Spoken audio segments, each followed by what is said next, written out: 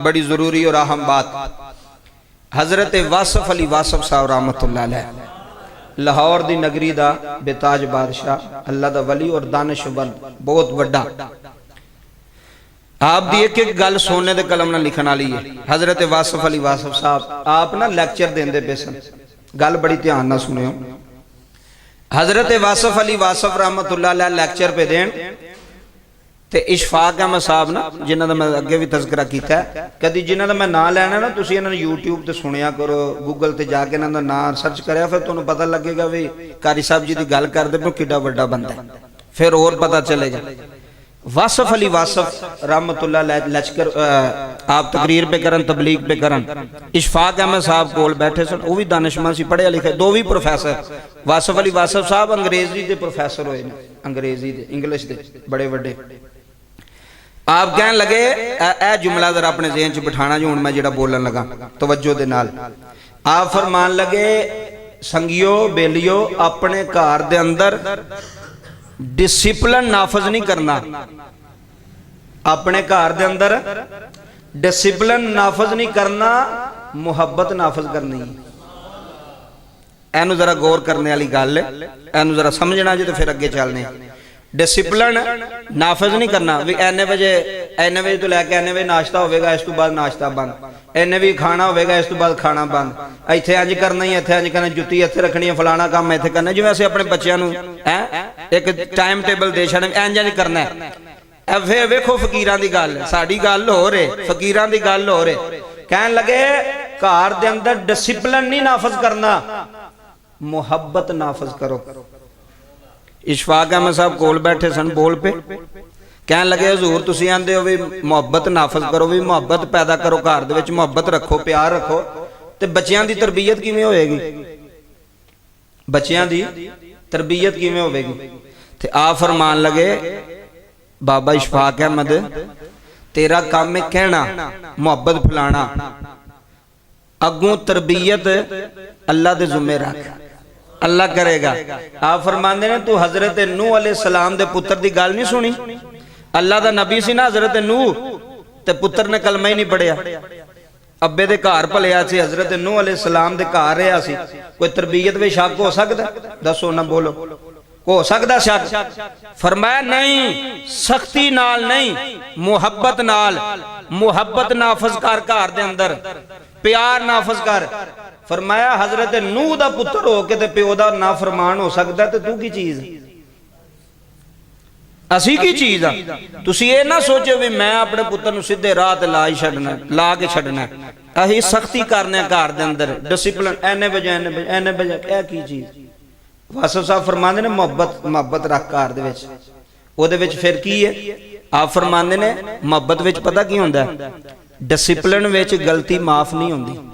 ए नुकता जे, discipline विच गलती, गलती इशारे लगे ने ना, ये डिसिप्लिन है। ज़ैबरा क्रॉसिंग लगी है, ये डिसिप्लिन है। अगर तुसी ओदी खिलाफवर्जी करोगे, तुसी गलती की, वो तुहानूं माफ़ी नहीं होनी। आर्मी दे विच की होंदा जी, डिसिप्लिन है जी, वो डिसिप्लिन तो खिलाफ चलोगे तुसी मुजरम हो गए, तुहानूं सज़ा मिलनी है। डिसिप्लिन विच गलती माफ़ी दा कोई काम नहीं, गलती माफ़ नहीं होनी, लेकिन मुहब्बत विच गलती माफ़ी दा है काम। मुहब्बत विच माफ़ी हो सकती है। फरमांदे ने घर विच कोई गलती करे उन्हें माफ़ कर, तेरा पुत्र को गलती कर छड़दा है, भरा को गलती कर छड़दा है, बीवी को गलती कर छड़दी है, माँ बाप भी कर सकते हैं। अगर तेरे घर विच मुहब्बत नाफज होवेगी ना, फिर तू उन्हां दी गलती वेख के ते उन्हां नूं सज़ा नहीं देवेगा, फिर तू उन्हां नूं माफ़ करेगा। ते जिस घर विच मुहब्बत होंदी है ना, मुहब्बत, मुहब्बत की सिखाती है? अगर तेरा पुत्र भी है ना, पुत्र उन्होंने भी अदब ना बुला। मैं बड़ी वड्डी गल पे करदा है, असीं पता क्या ना, कोई इधर आ, मेरा मुंडा है, मेरा बेटा है, वो तेरे लहजे नूं वेंदा पे भी मेरा अब्बा लोकां दे सामने मैनूं बुलांदा किवें पे, इहदी गुफ्तगू किवें दी है, इहदा अंदाज़े गुफ्तगू किवें दा है। ਇਹ ਜਿਹੜੇ ਵੱਡੇ लोग ने ना, वो अपने पुत्र नूं अदब नाल बुलाणगे, एहतराम नाल बुलाणगे, फिर पुत्र नूं भी पता होवेगा कि मेरा अब्बा मेरे अदब एहतराम नाल मैनूं बुलांदा पिया, तो मैं भी अगों एहतराम नाल बोलना है, मैं भी अगों अदब नाल बोलना है। ਗਲਤੀਆਂ ਮਾਫ ਕਰੋ। ਘਰ ਵਿੱਚ ਗਲਤੀ ਹੋ ਸਕਦੀ, ਤੇਰੇ ਪੁੱਤਰ ਕੋਲ ਹੋ ਸਕਦੀ। ਤੂੰ ਸੋਚ ਅਗਰ ਇਹ ਹੀ ਗਲਤੀ ਮੇਰੇ ਕੋਲ ਹੋ ਜਾਂਦੀ ਤੇ ਮੈਂ ਕਿੱਥੇ ਜਾਣਾ ਸੀ। ਤੇ ਜਿਹੜਾ ਗਲਤੀ ਮਾਫ ਨਹੀਂ ਕਰਦਾ ਘਰ ਵਿੱਚ, ਉਸ ਘਰ ਵਿੱਚ ਨਫ਼ਰਤ ਪੈਦਾ ਹੁੰਦੀ ਹੈ। ਇਹ ਮੇਰੀ ਗੱਲ ਯਾਦ ਰੱਖਿਓ। बीवी को हो गई माफ कर दे, बच्चे को हो गई माफ कर, बेटी को गलती हो गई माफ, पुत्र कोई गल नहीं। ते अगर तुसी सख्ती करोगे घर विच ते फिर घर टुटेगा।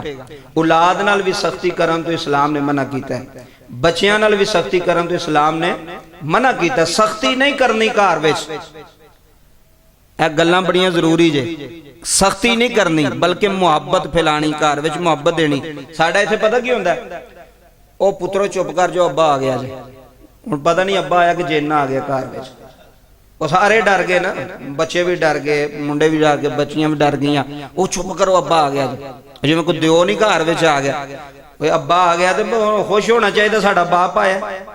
ਉਹਦਾ ਡਰਾ, ਉਹਦੀ ਨਫ਼ਰਤ ਬੱਚਿਆਂ ਦੇ ਦਿਲ ਵਿੱਚ ਪੈਦਾ ਕਰਨੀ ਵੀ ਤੁਹਾਡਾ ਅੱਬਾ ਬੜਾ ਸਖਤ ਜੇ, ਤੁਹਾਡਾ ਅੱਬਾ ਬੜਾ, ਮੁਹੱਬਤ ਨਹੀਂ ਨਫ਼ਰਤ।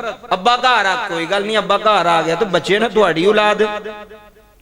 हजरत इमाम हुसैन लजपाल सरकार एक दिन ना नबी पाक दे कोल बैठे, कहन लगे नाना जी मैं तुहाडे बराबर होना चाहना। सुनो गल, साडे घरां दे माहौल की ने, असीं कोई मुंडा गलती करे असीं उहनूं जुत्तियां मार मार के ओहदा ओह असर करने आ, ओह सारी जिंदगी फिर अब्बे नूं अब्बा नहीं समझदा। डर नहीं मोहब्बत। अगर तुहाडे बाप दा तुहाडे ज़हन विच डर है, तुसीं उंज अदब नहीं कर सकदे अब्बे दा। जिवें तुसीं मुहब्बत नाल अदब करोगे, डर नाल ओह मजबूरी हुंदी है वे अब्बा सामने आ, चुप कर जाओ, अब्बे हरी आ गए जी, चुप कर जाओ। वो डर है, वो मुहब्बत नहीं। मुहब्बत ना जिहड़ा अदब होवेगा तैनूं पता लगेगा। बाप दा डर नहीं, बाप दी मुहब्बत होनी चाहिए घर विच, औलाद दे सामने। तवज्जो करियो। वो फिर गल मैनूं भुल जानी। हजरत इमाम हुसैन लजपाल सरकार ने अर्ज की, नाना मैं तुहाडे की करना चाहना, बोलो, बराबर होना चाहना। हजरत अबू हुरैरा फरमांदे ने नबी पाक ने ना हजरत इमाम हसन दे हाथ फड़े। एडे भी कोई लाड करदा है। साडी सख्ती बड़ी है, पुत्रां नाल भी बड़ी सख्ती है, धीआं नाल भी बड़ी, बुढ़ियां नाल भी बड़ी सख्ती। लड़ाई लड़ाई, मुहब्बत कोई नहीं घर विच। मैं कहना अगर तेरा पुत्र 100 वारी भी गलती करदा, उन्हें 100 वारी भी माफ कर, उन्हें माफ कर। उहदे हाल ते छड्ड, उन्हें पता लगेगा कि मेरा बाप मेरे नाल मुहब्बत करदा है, उहदे दिल विच मेरी नफरत नहीं। तवज्जो करियो। हजरत करीम नबी सल्लल्लाहु अलैहि वसल्लम ने इमाम हुसैन में हथ फड़िया, हथ फड़ के ना इत्थे गोडियां तक लैके आए, फिर पेट तक लैके आए। वो जदों नबी पाक दे सिर दे बराबर हजरत इमाम हुसैन दा सिर हो गया ना, तो कहने लगे नाना थोड़ा जिहा और उता चुकियो। ते नबी पाक ने चुकिया तो और उता हो गए। ते हजूर मुस्कुरा के फरमान लगे, हुसैन तू ते आखिया सी मैं बराबर होना, तू ते मेरे तो भी उत्ते हो गया। बस ऐनी एक गल है। जे सानू घर विच रहन दा तरीका नहीं ना हुंदा ते फिर नमाज़ां नमूज़ां ते फिर तबलीगां वो खत्म चीज़। जेड़ी एक गल तुसीं सुन लैंदे हो ते अमल करो यार। अब अगर पिछे नहीं सी पता, गलती घर विच कोई भी बंदा करे उन्हों माफ करो, उन्होंने सजा ना दिओ गलती। साड़ियां औरतां ना किसी बच्ची को बर्तन टुट गया तो उन्होंने गालां कड्ढन लग पई, उन्होंने मारन लग पई। किसी बच्चे को गलती हो गई उन्होंने मारन लग पई, उन्होंने गालां कड्ढन लग पई। इस्लाम ये नहीं सिखांदा। नबी करीम सल्लल्लाहु अलैहि वसल्लम ने सारी जिंदगी किसी बच्चे नूं थप्पड़ भी नहीं लाया। थप्पड़ दे दूर दी गल है, हजूर ने सख्त जुमले भी नहीं बोले।